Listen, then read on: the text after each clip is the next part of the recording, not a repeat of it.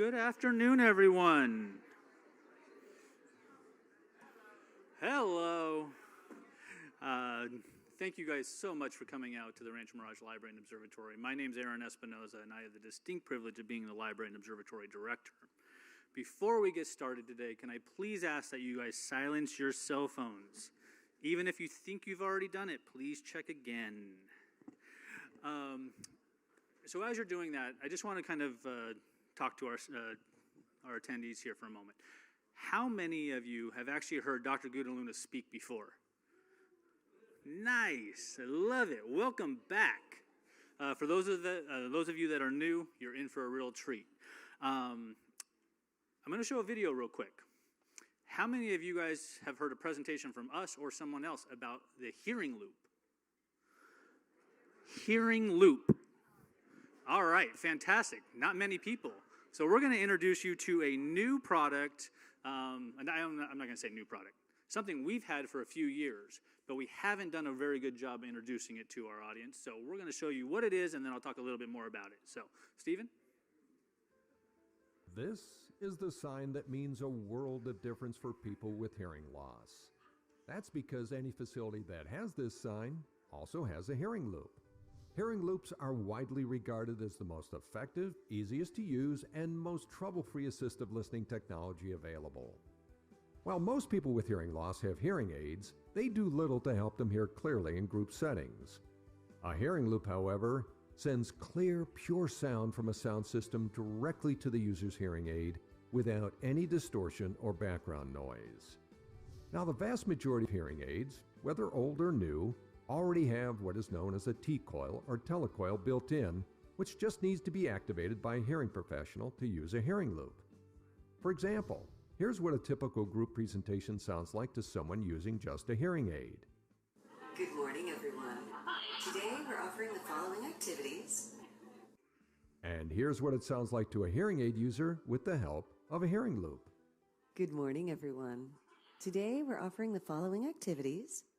Unlike other assistive listening systems that require headsets, hearing loops are the only solution that uses the unique tuning to each person's individual pattern of hearing loss and doesn't require any additional equipment. And as you just heard for yourself, the difference is night and day. You can easily find all hearing loop enabled venues near you by downloading the free Loop Finder app for your smartphone or by going to loopfinder.com. So, the next time you see this sign, know that for many, it means experiencing the gift of hearing that makes their ears smile.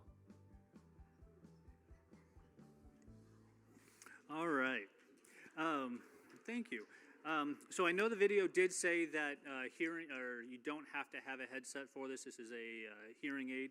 However, if you don't have a hearing aid that has a T-coil and would like to give it a try, at our circulation desk, so where you check out, you can check these out from us for these particular programs. So if you have a hard time hearing in most occasions, or if you have a hard time hearing today and you're like, you know what, I'm not coming back because I can't hear, try one of these tomorrow, please. Let us use our technology and make our programming really good for you guys. I was really hoping that I'd be up here today to give you the wonderful news that we had a soft opening for Aspen Mills Bread Company. We did not have a soft opening today. I am happy to announce that they will be back on February 8th, and they will be here full time. So before we get started today, I want to remind everybody about our high-quality program here at the Library and Observatory. It is offered with the assistance of our programming coordinator, TJ Hicks. If you do not have one already, we have a program that's on the walking on the way outside. You can sign up for our news blast, e-news blast letter. So coming up here, we've got some amazing programs happening. Our foundation, these programs would not be possible without our foundation and our donors supporting these amazing programs and our collection development.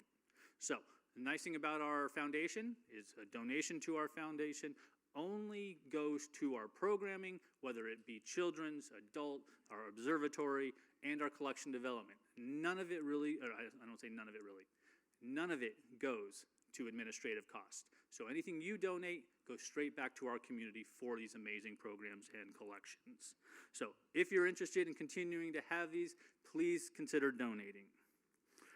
For a few reminders, today's lecture is just a first part in a 3-part series. Dr. Gudelunas will be back tomorrow, and today is Tuesday? Yes, Wednesday and Thursday at 2 p.m. So please come back for those amazing talks as well. Starting this Friday, the Rancho Mirage Library and Observatory will be closed, and we will be closed for the 9th Annual Rancho Mirage Writers Festival. We will reopen on February 8th, and we welcome everybody to come back for our programs. I believe we have a program on February 8th, a place at the table. So again, we're going to be closed in person, but if you have any questions about reference, if you have any questions about anything you might need, any information-wise, we are still serving the public via phones and online. Excuse me. Let's see here, make sure I hit all the special notes. All right, so now in today's speaker, Dr. Gudelunas, he's had an incredible impact on the multi-generations of college students during his time spent as an American history professor at College of the Desert right here in the Coachella Valley. I might be dating myself, but Dr. Gudelunas was my professor almost 20 years ago. His love for the subject, engagement, for those who he is teaching and entertaining, his humorous style has made him one of our campus's favorite. Dr. Gudelunas is retired from teaching full-time now, but now lives on the East Coast with his wife Barbara. But he returns to Rancho Mirage each and every year to provide unique insight into our country's history. I have no doubt you will enjoy this week's programming. Please welcome Dr. Bill Gudelunas.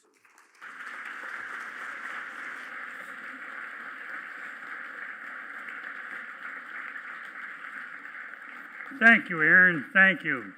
Let me just get my, what were the odds I'd live another year, to be back here?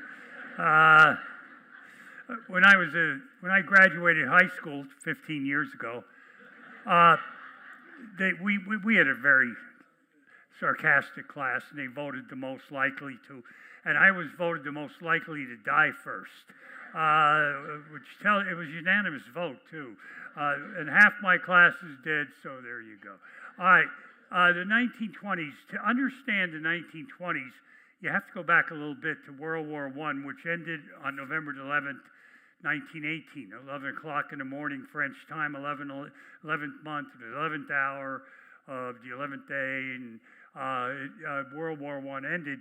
And then a peace treaty was negotiated in Paris in 1919. And there were many allied countries, close to 30, but the 4 major allied powers that defeated Germany were David Lloyd George of England. And obviously there was no rule back here that you had to be good looking to be a leader of a country there. I wouldn't even look bad there. Georges Clemenceau from France. There's Woodrow Wilson. I'm going to show some more pictures of him. And in Vittorio Orlando from Italy. Italy was not really a major power, but it did contribute a lot of troops to part of the war, so they were included. There were many others. Thousands of people actually came to Paris to help negotiate that treaty. It took months to arrange it. And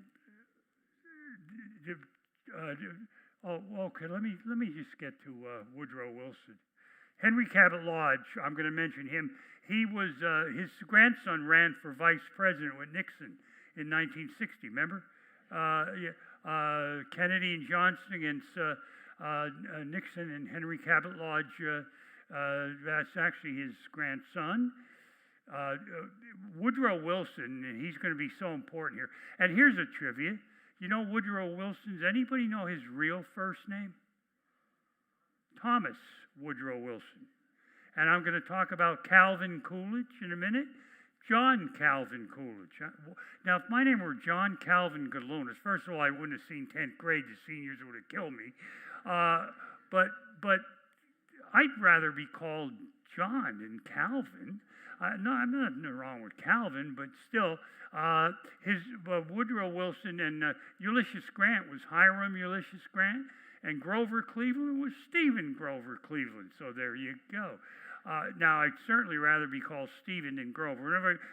But Grover was good to me because that he kept my kids quiet. Sesame Street, they loved Grover. And that gave me a little peace and quiet. All right, but anyway, Wilson was elected president in 1912 and 1916. He and Grover Cleveland were the only two Democrats elected between the Civil War and Franklin Roosevelt in 1932. That era was dominated by the Republicans. And Wilson's first wife, Ellen, died while he was president. And within a year, and people moaned about this, and it is important. It's obviously going to be a little salacious, but he bumped into this lady, Edith Bowling Galt Wilson. Her name was Edith Bowling Galt, and she said she was descended from Pocahontas. Did you know Nancy Reagan was descended from Pocahontas? I just found that out. Nancy Reagan. What was her name? Nancy? Was Davis her real name? Nancy. And of course, Elizabeth Warren.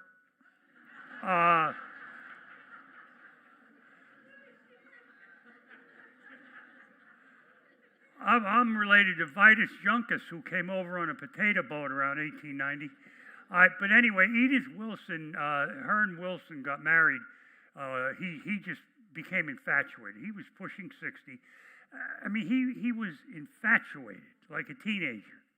Worse, like a 12-year-old. He would walk around the White House singing when he married her. Come on. And then he insisted, because he had a car, and she was a very wealthy woman, and she had a big home in D.C., but he insisted they go parking. Now, could you see a 60, and a cop comes up to you, are these consenting adults? And the secret, he had the White House. Yeah, he had the White House. She had this huge mansion, and he insisted on going parking in an open car. I'm ashamed to say it, but Wilson had a PhD in history and political science. I think it gets to your mind, you know what I mean? But anyway, she's actually going to run the country. Wilson's going to get very ill, which I'll get into in a minute, and she will run the country while he was really a cripple and really out of it. We'll get into all of that. And there they are, a happy couple. Yes, sir. Nothing like... Looks like they just came back from the car, you know.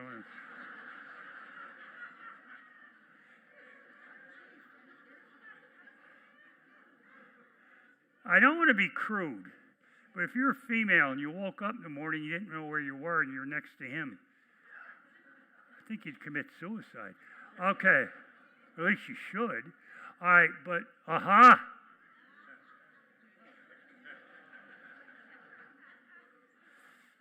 there you go. No cheating went on there. All right.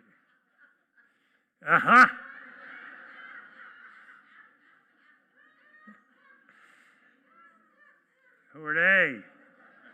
That's Bill and Hill. Looks like the Wolfman there, huh? No wonder she loved him. I can't blame her. How about that? Any dentist in here? You're really going to be upset, right? Are you kidding me? Come on! He was a PhD, president of Princeton University, governor of New Jersey, president of the United States, and he can't afford a dentist? I think he was afraid. I had an uncle like that he lived to be 81, never went to the dentist, period. And had most of his teeth when he died. Granted, they look like that, but all right. So we'll go back.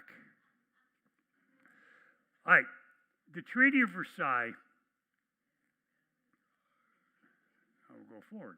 Oh, Hiram Johnson, he's going to come up. He was governor of California for a while. He was also a senator from California between 1911 and 1945. 1911 and 1945. He was either governor of California or United States senator from California, and he died during World War II on exactly the same day we dropped the first atom bomb, August 6, 1945. And if you hate these initiatives, referendums, recalls, crazy primaries, if you hate all those laws in California, thank him. He was a progressive Republican, and he bought into all of those reforms: initiative, referendum, recall, primaries, and California just became the most advanced state in a sense politically, but also very confusing. But that was Hiram Johnson, and he becomes a bitter ender. He opposed Wilson's Treaty of Versailles very vehemently, and I know I wanted to mention him. Okay, now,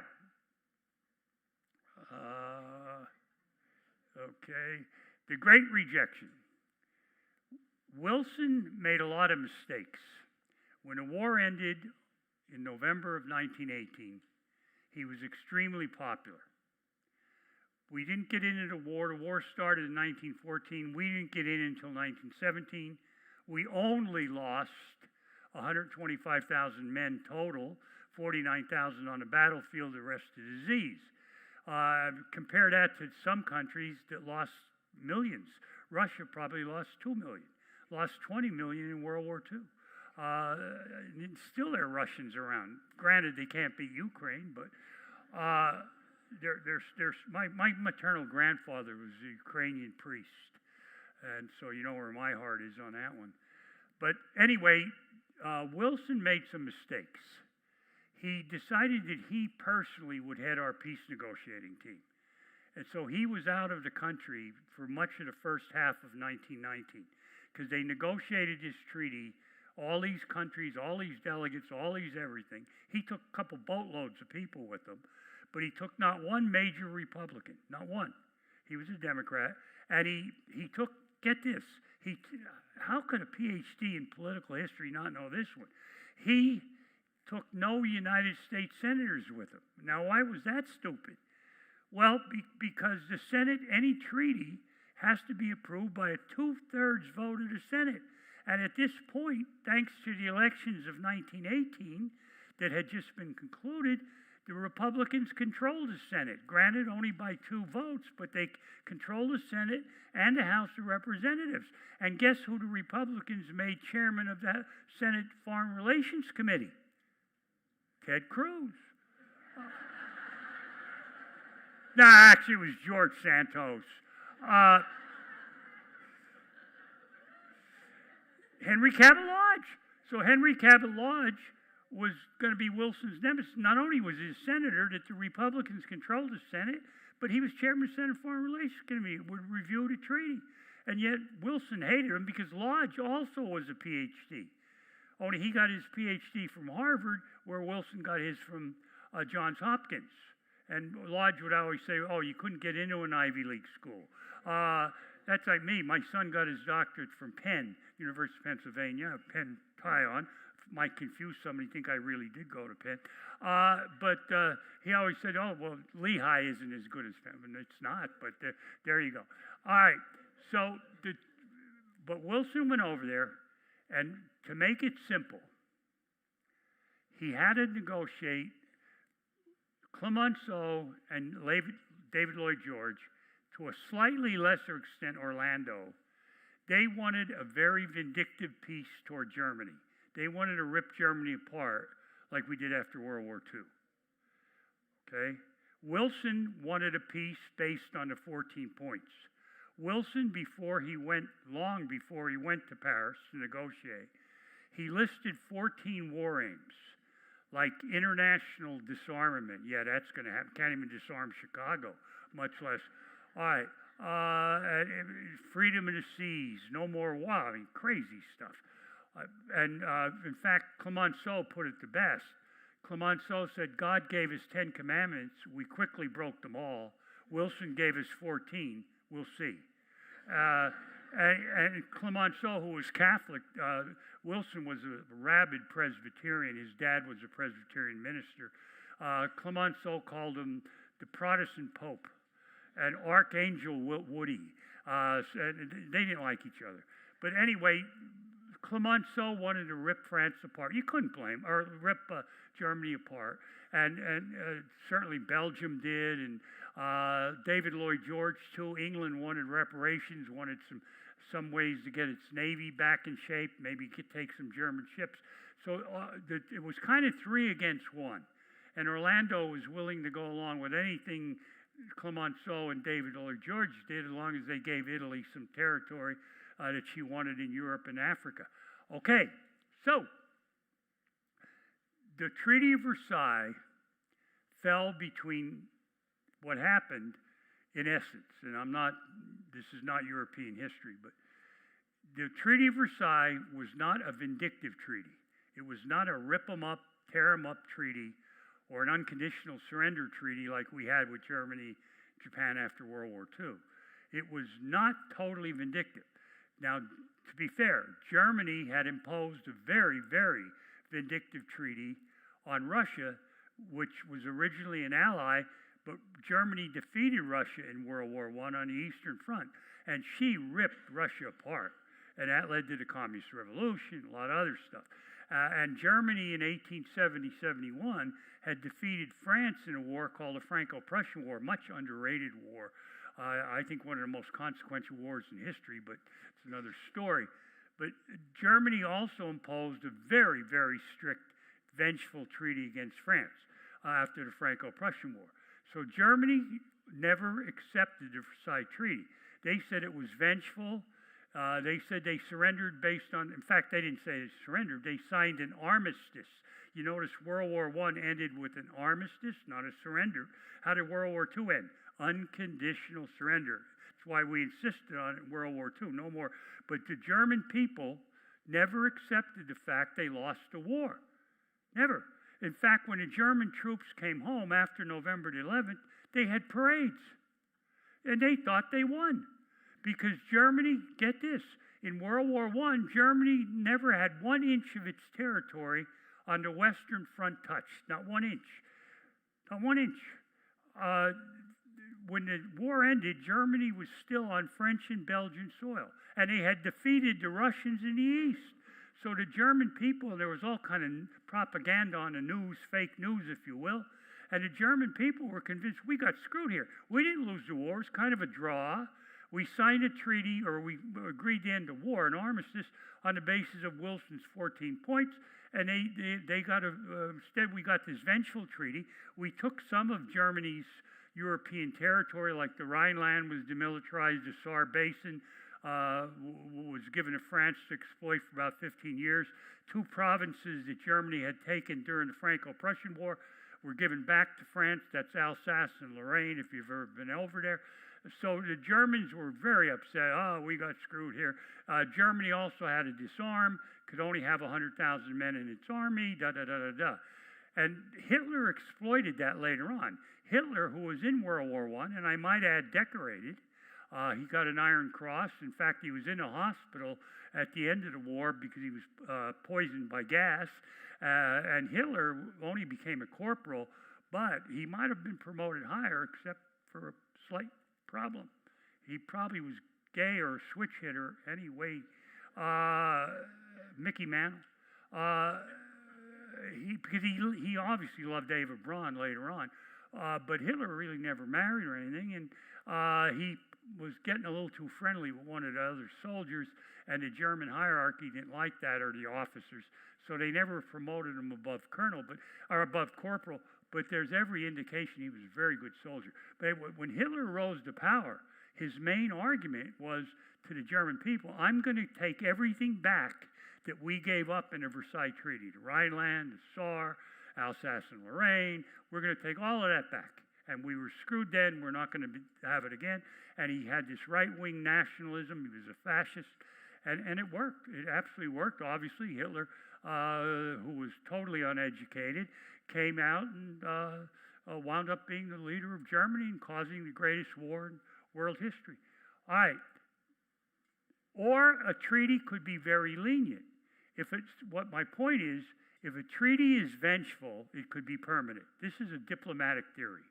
If a treaty is very vengeful, like the one that ended the Franco-Prussian War, World War II in a sense, they could last. Japan and Germany have never gone to war against us again. In fact, they're our good buddies now. That kind of a treaty could work. All right, but if you have a very lenient treaty, you just pat them on the back and say, forget about it, that might work.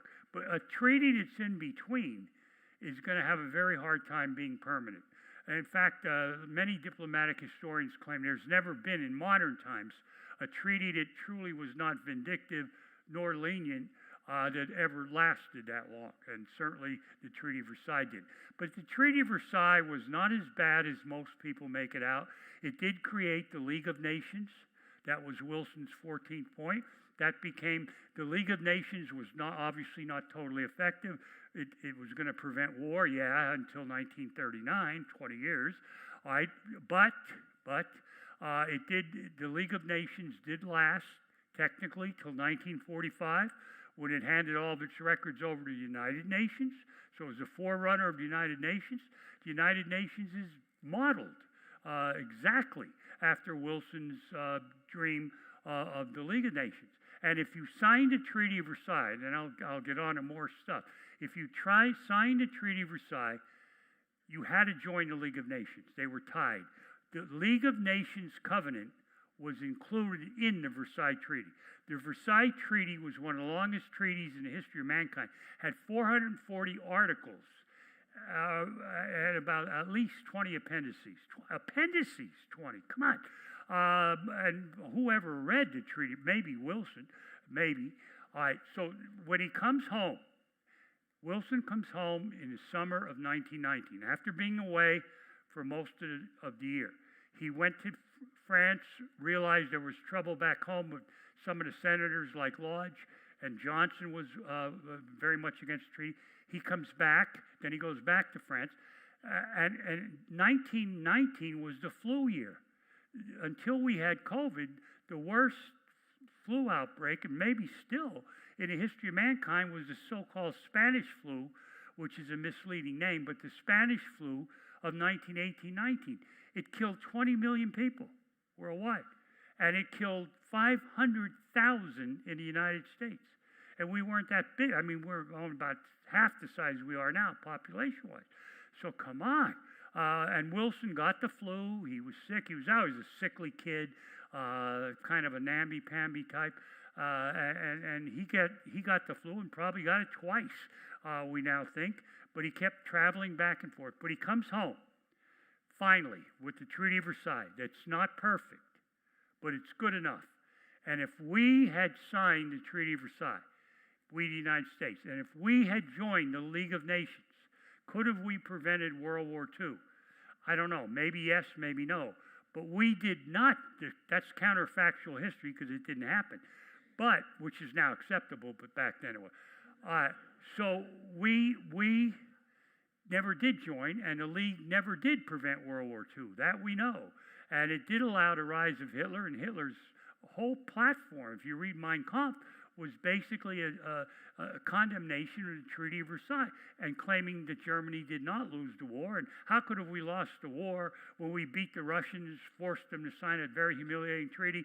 We were still in France, our whole army on the Western Front, when we signed the armistice. How did we lose? We didn't.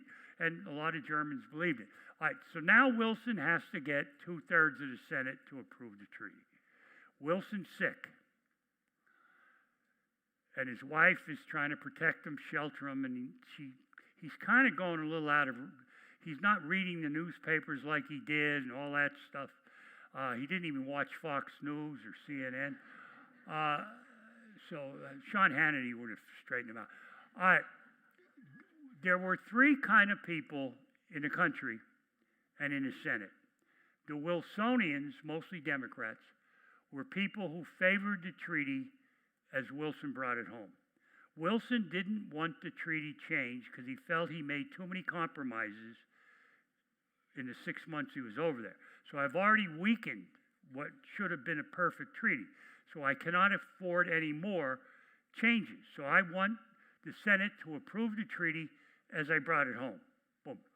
The bitter enders, like Henry Cabot Lodge, although some people say he was a reservationist, but Henry Cabot Lodge, certainly Johnson, a guy named William Borah, who was having a torrid affair with Teddy Roosevelt's daughter.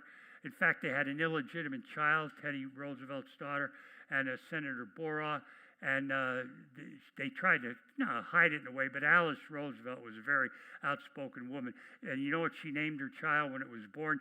Deborah. Deborah. So who was the father? Okay, you get the idea. She was married to a Speaker of the House named Longworth, Nicholas Longworth, and he asked Alice, is your husband a Speaker of the House? She said, no, he's an alcoholic who happens to be Speaker of the House. They asked her about Warren Harding. She said, Harding's not a bad guy, he's just a slob.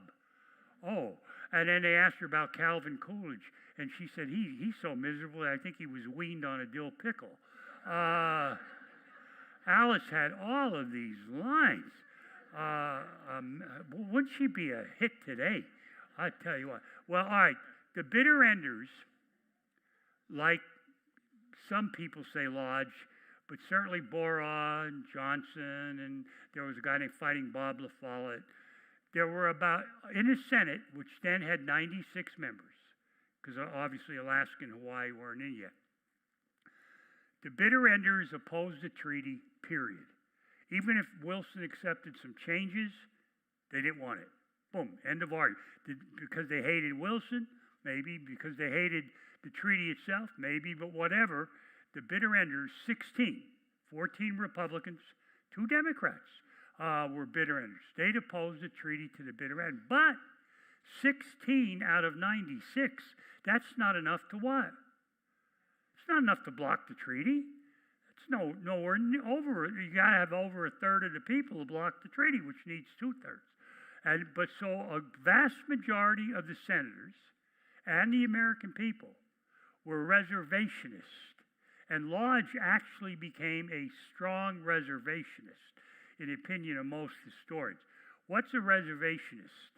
They would accept the treaty if Wilson accepted some reservations. It was very common in American history for the United States Senate, before they ratified a treaty, to either in writing or at least verbally from the president, get some guarantees on reservations or interpretations of the treaty. So the reservationists made up probably over half the American people and certainly over half the Senate. So it was simple. The bitter enders could not block the treaty. All Wilson had to do is compromise with the what? Reservationists. And even Lodge realized that.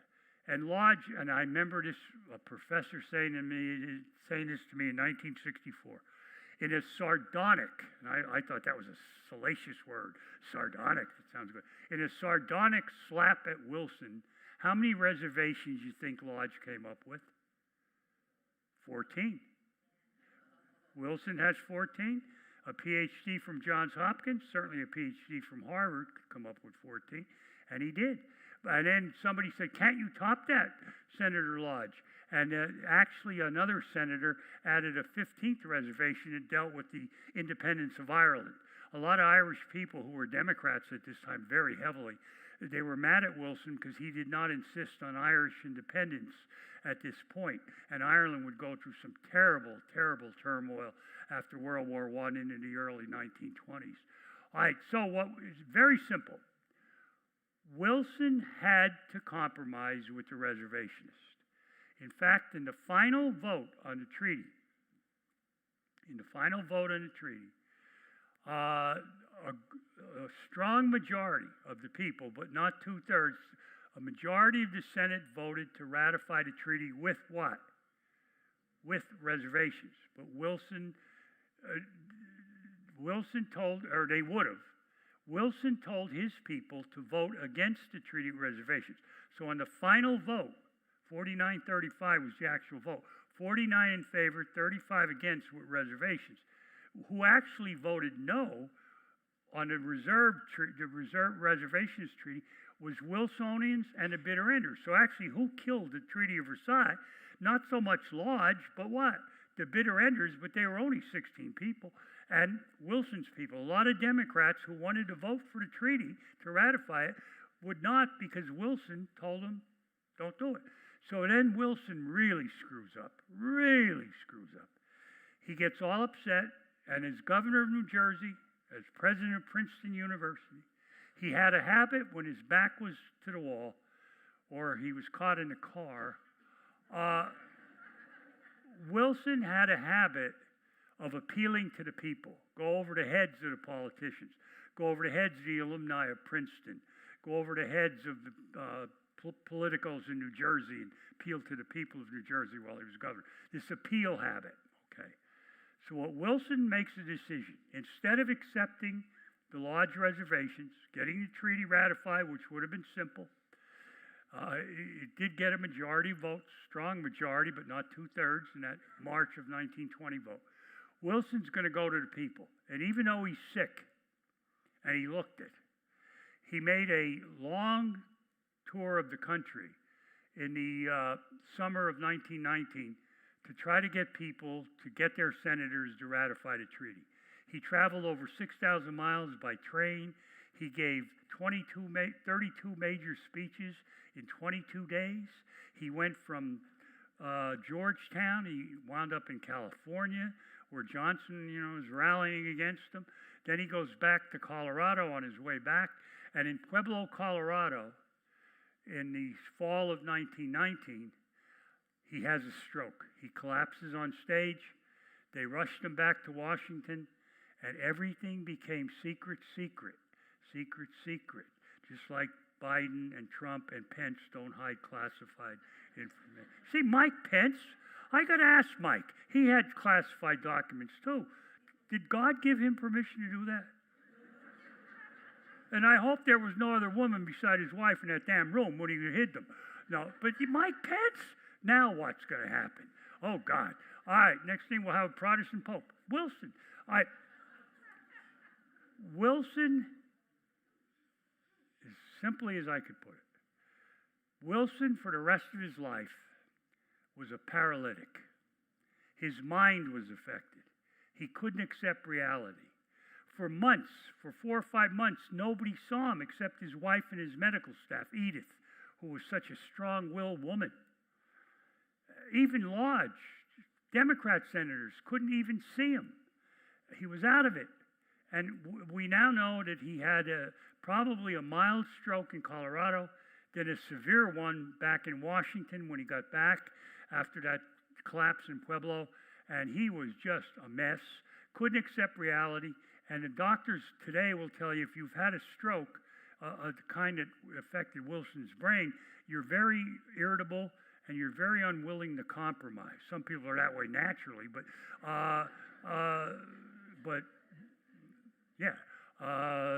anyway, Wilson would not accept reality, and the reality was he had to accept the reservations. There were rumors Wilson was dead.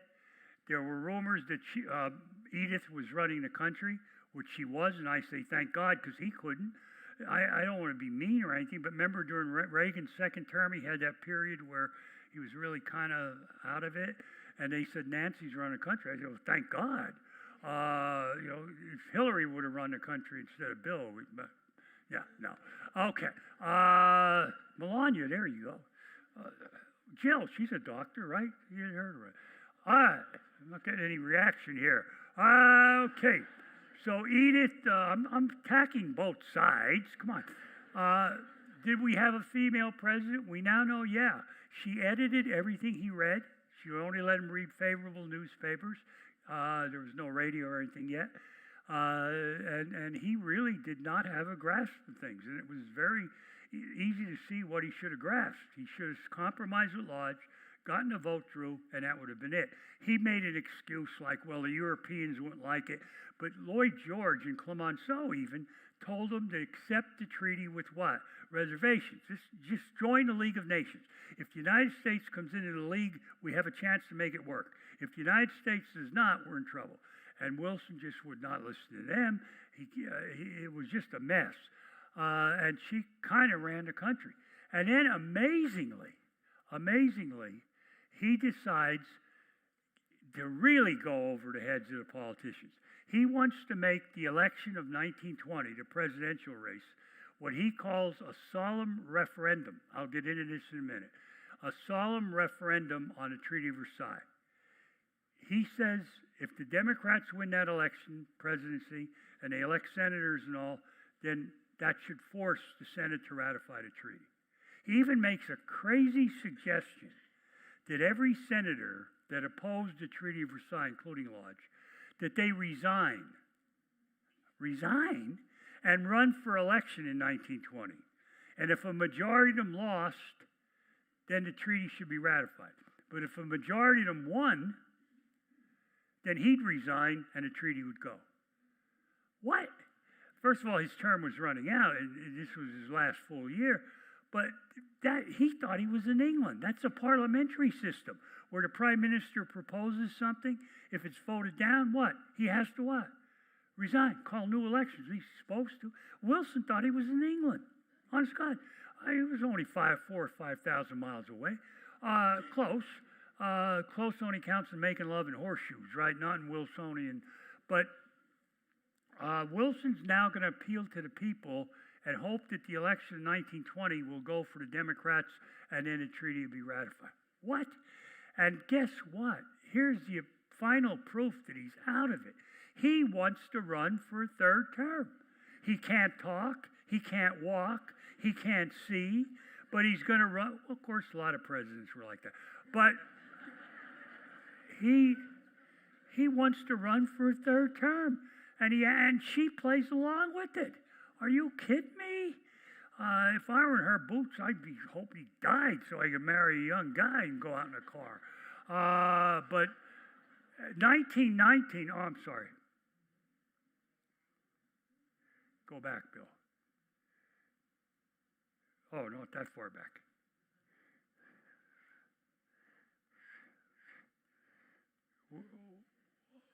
Where was 19? Where did I get 1919? Come on. It's a tumultuous year, and it was. There it is. Okay. I think the two worst years, non-war years, in the 20th century in the United States, and many of us are old enough to remember this one, 1968.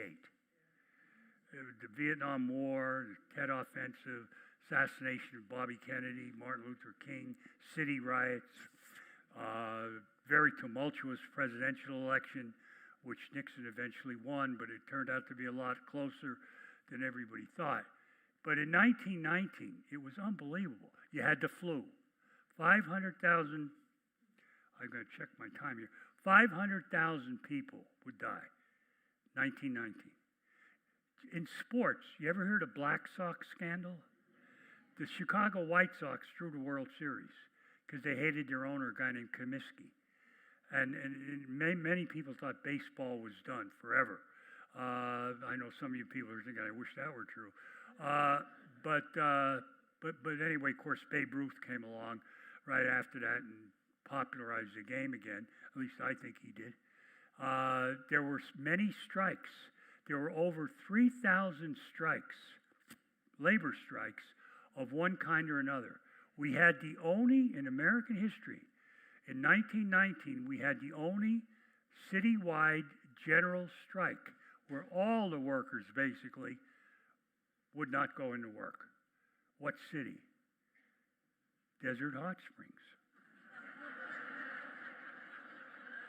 I went almost an hour with that. Seattle. The steel workers went out. The miners went out. There was a Boston police strike. You probably heard that one. All the Boston police went out, and the city just erupted in violence. And finally, the mayor of Boston and the governor of Massachusetts, a guy named Calvin Coolidge, they suppressed the strike fairly, not brutally, but very forcefully. And Coolidge made the great statement, there is no right to strike against the public safety by anybody, anywhere, anytime.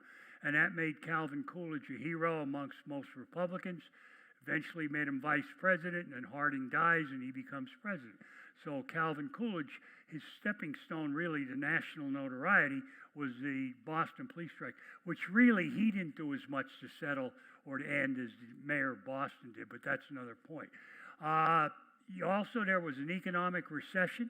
In 1919, 20, and 21, We had an economic downturn, which we would now call a recession. Wasn't exactly that bad to be called a depression, but there was an economic downturn. Then in 1922, everything turned around, and for the rest of the 20s until the crash in 1929, it was a prosperous decade. But people forget when they talk about the roaring 20s, which we're doing, that there were some bad years right in the beginning, 20, 21, 22. 22 was a turnaround year, and then 23, 4, 5, 6, 7, and 8 were very, very good years.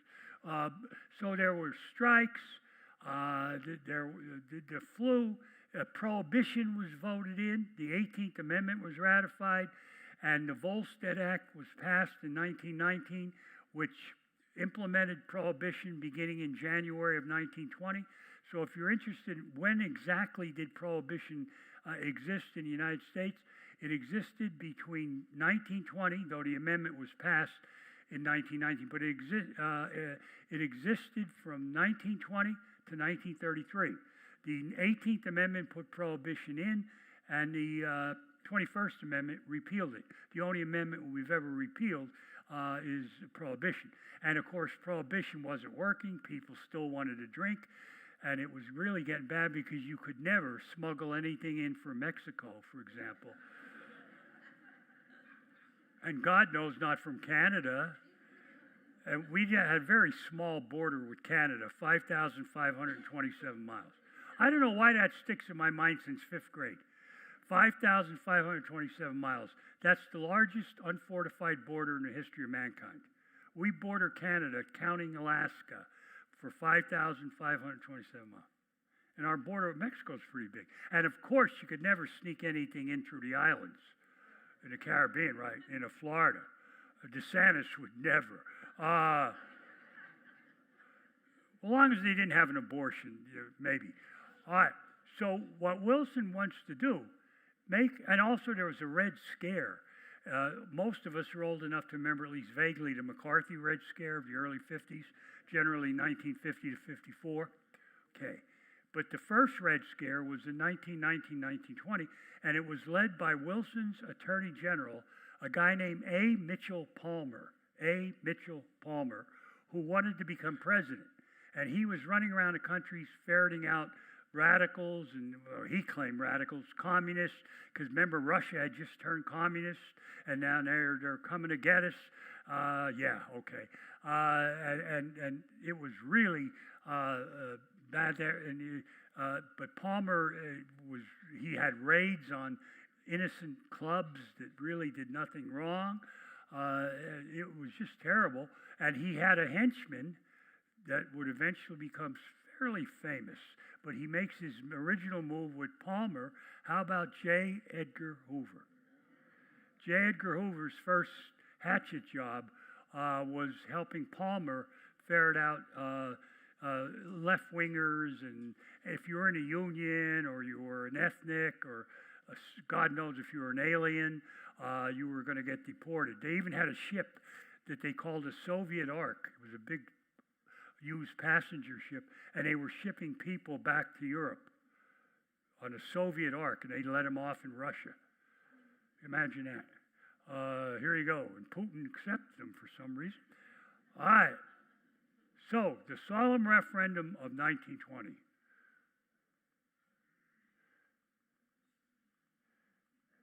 There you go. If you're a Republican, you gotta love this one. What's going to happen? The big issue is the League of Nations. But like any other election, I don't care which one you talk about, even 1860, which led to the Civil War, there are other issues.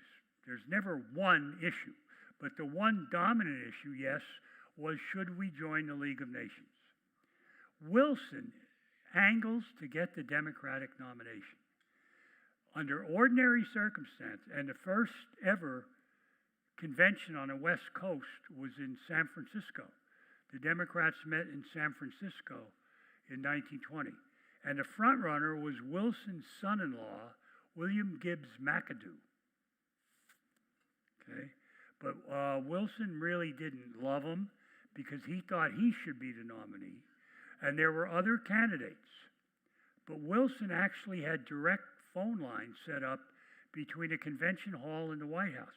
That's how anxious he was to see. He was hoping for a deadlock, and then they turned to him. The guy didn't know where he was at, and he wants to run for president. Come on. But so be it. The Democrats, what made this possible, the Democrats had a crazy rule, which they kept from 1836 until 1936, from Van Buren to Franklin Roosevelt, if you want to put it that way. It was called a two-thirds rule. To get nominated at the Democratic Convention, you needed not 51% of the vote, but what? 67. You needed two-thirds. In 1924, not 1920, but in 1924, the Democrats took 103 ballots. 103. Took over a week. And McCarthy thought he had a tough time, huh? 15. That's nothing, man. It's warm-ups. The Democrats in 1924, with the two-thirds rule, would take 103 ballots to nominate somebody. And then if you're going to at least nominate a guy named Gudelunas or something that has a funny name, they nominated a guy named John Davis, other than John Smith. I can't think of. All right, but in 1920, the Democrats had that two-thirds rule. There were many good contenders. McAdoo, I'll show you a picture of him later. He would have been okay. He was a businessman. A lot of women liked him. Why? I don't know. I guess because he had money. Some women, could you imagine that, go for guys with money? Huh, why don't they go for guys with PhDs in history like me and Wilson? All right. The Democrats in 1920 turned to a guy named Cox, the governor of Ohio, James Cox, C-O-X. And for vice president, guess who they nominated? Franklin Roosevelt. How about that? The only man ever to run for vice president on a major ticket and lose, and later became president, is Franklin Roosevelt. Think of that. Now it's the vice presidency is a stepping stone, obviously, to the White House, but back then it really wasn't. But he's the only guy ever lost, and then came back in 1932 and 36, 40, 44, of course, to win, and there's Cox. Now, and their Democratic platform of 1920 basically came out for the League. It said that they supported President Wilson, even though they didn't nominate him. And incidentally, it was legal to run for a third term back then. The 22nd Amendment keeps the president from running for 3 terms, right? Who was the first president bound by that? Eisenhower. Truman was president in 1951 when the 22nd Amendment was ratified. But that specifically exempted him from being covered by that. It said whoever is elected after him, from then on, you can only serve 2 terms. So that would have been Eisenhower. And the Republicans passed that as a slap at Franklin Roosevelt, who was just elected 4 times. But the Democrats or Republicans screwed themselves because in 1960, Kennedy edged out Nixon. What if the Republicans had been able to nominate Eisenhower again in 60? If Nixon almost won, what would have Eisenhower done? I think Eisenhower was the most popular man in American history. He beat George Washington. Maybe not Edith Wilson, but okay. So, and then the only other guy I could think of that could have gotten a 3rd term pretty easily, well, maybe Obama, but certainly Reagan. Nancy wanted, she was running around trying to get the 22nd Amendment repealed. So I guess Obama, you could say. But whatever. So the Democrats do, at least they don't nominate Wilson, but they do nominate Cox and Roosevelt, who support him. Roosevelt was Assistant Secretary of the Navy under Wilson during World War I, and he idolized Woodrow Wilson. If Franklin Roosevelt ever loved anybody beside himself, it was Woodrow Wilson. Of course, he loved Eleanor. When you're that good-looking, everybody loves. And what about the Republicans? Hey. In 1960s, when all these presidential ratings began to be very popular, now I'm going back to 1964 and there, Playboy, which I only read for the articles, they ran a thing, who were the best looking presidents? And they came out, at that time, 64, came out Kennedy, a guy named Franklin Pierce, and this guy was third. Now, of course, it would be Trump, and there have been some decent-looking guys since then, but he was Mr. Normalcy. All right, what about the Republicans? Many leading candidates. Teddy Roosevelt would have been the Democratic nominee, and Franklin Roosevelt and Teddy Roosevelt were distant cousins. I don't know if you knew that. All right. In fact, Franklin Roosevelt was a fifth cousin once removed of Eleanor Roosevelt. Eleanor Roosevelt's maiden name was Eleanor Roosevelt, so Roosevelt married his cousin. It's legal to marry your cousins in most states, mandatory in West Virginia.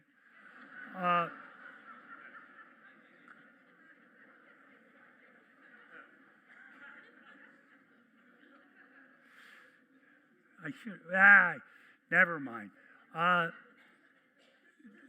Leonard Wood, General Leonard Wood, who had been a Rough Rider with Teddy Roosevelt. He was actually Roosevelt's, they co-commanded the Rough Riders in the Spanish-American War, but Leonard Wood outranked Teddy Roosevelt, and he actually was a general by the end of the Spanish-American War.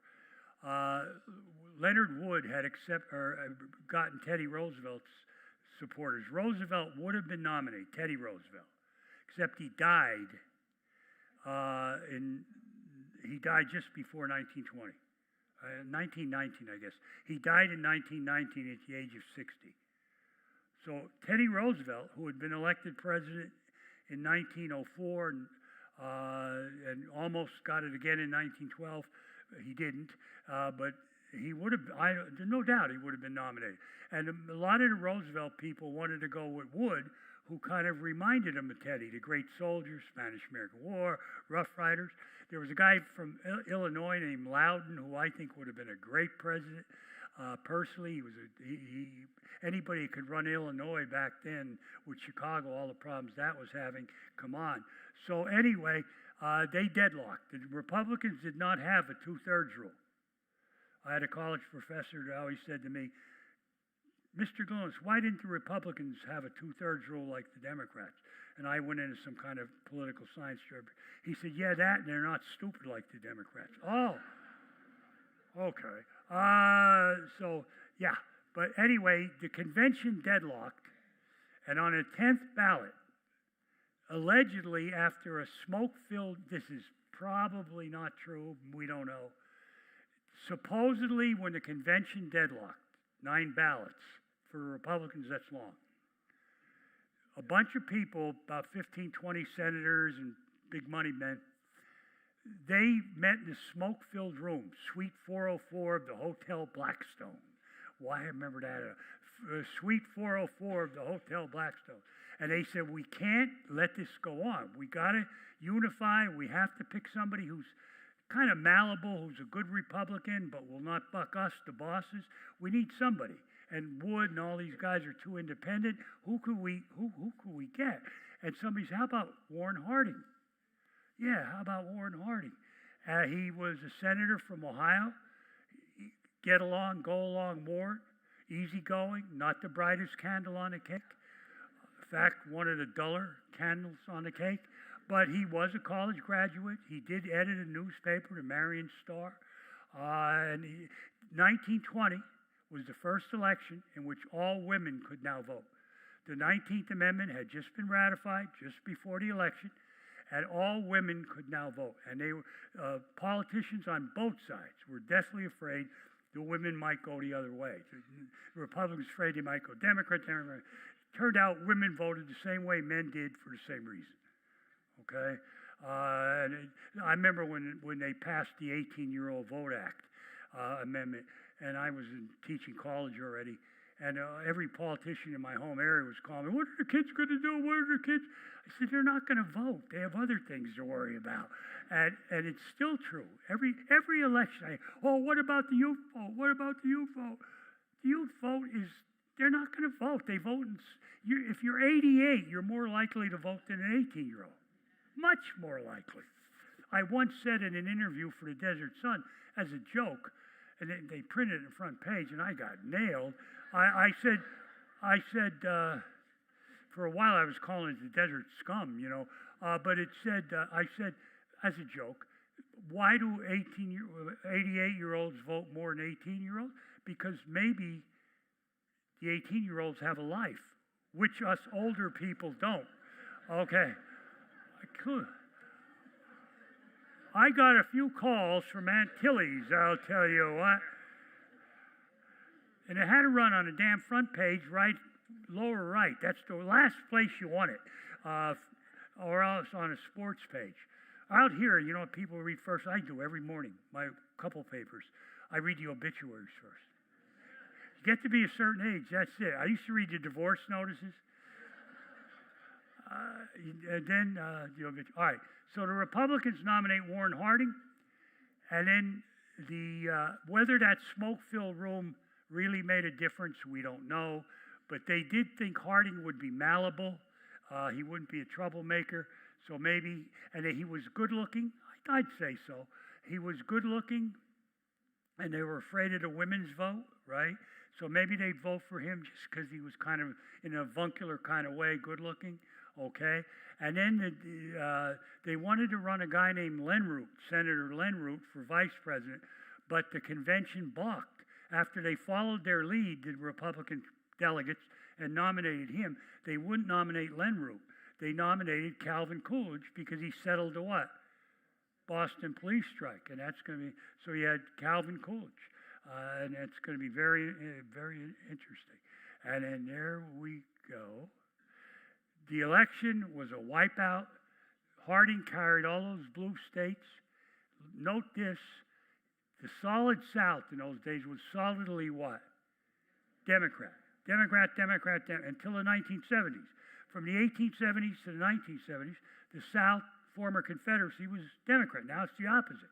But he even carried a state that had seceded, Tennessee. He was the first Republican since the end of Reconstruction to carry a state that had left the Union during the Civil War, Tennessee. So you could see, he almost carried Florida. So Harding and the Republicans just swept, and they took that as a mandate.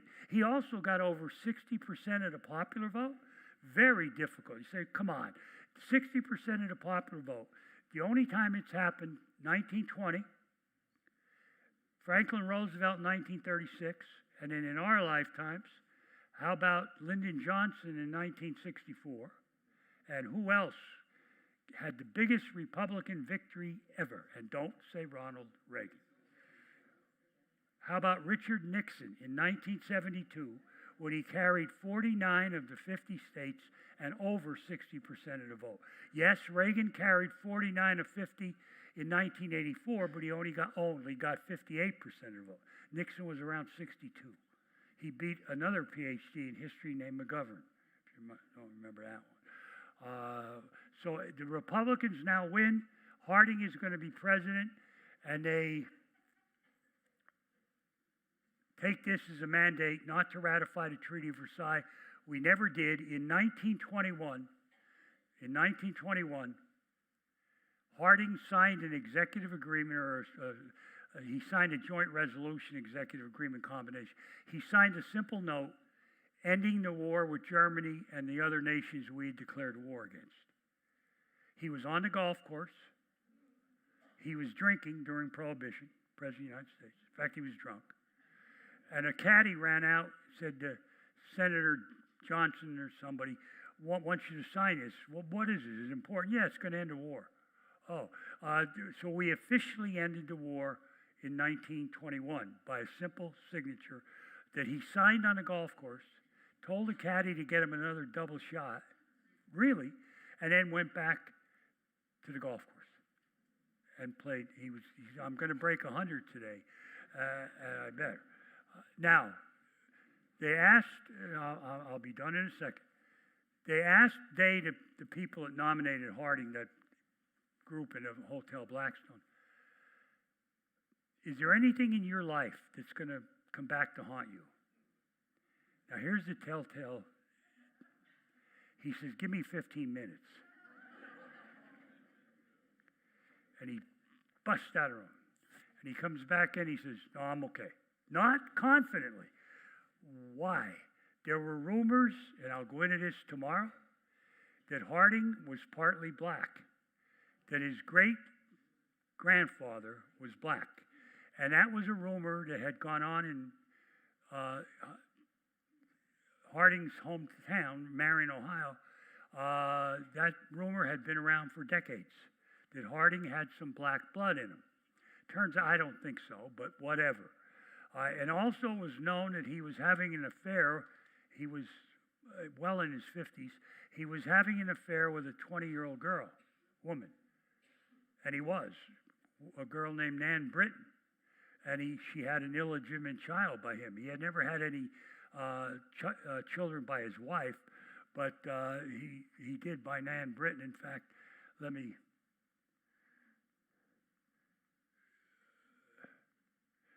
I'll let you go. John Davis was the guy that's going to run in 1924. There's William Gibbs McIntosh. I had to show you this guy. I wanted to get it in today. Wouldn't he make a good Dracula? He'd be better than Bela Lugosi. Now, I'm serious. If I were a woman and woke up next to that guy, I'd think I was in hell. He could play Satan. Al Smith. Okay. Wait, where am I going to get to the... I don't have time. It's back farther. Okay, I'll show you Nan Britton and her daughter, who DNA testing has now proven two things. Harding did father Nan Britton's daughter, who died here in California after the turn of the 21st century. She became Elizabeth Ann Blasing, and they agreed to DNA tests not long ago, the Hardings and the Blasings, and yes, it was his daughter, no question about it. And that same DNA testing done by Ancestry.com, that also proved that he had no black blood, that his great-grandfather was who he thought he was. All right, so tomorrow we'll go over the Harding scandals, the politics, the flappers, the Roaring Twenties, okay, the Immigration Acts, the Scopes trial, a lot of sports heroes in the 20s. Just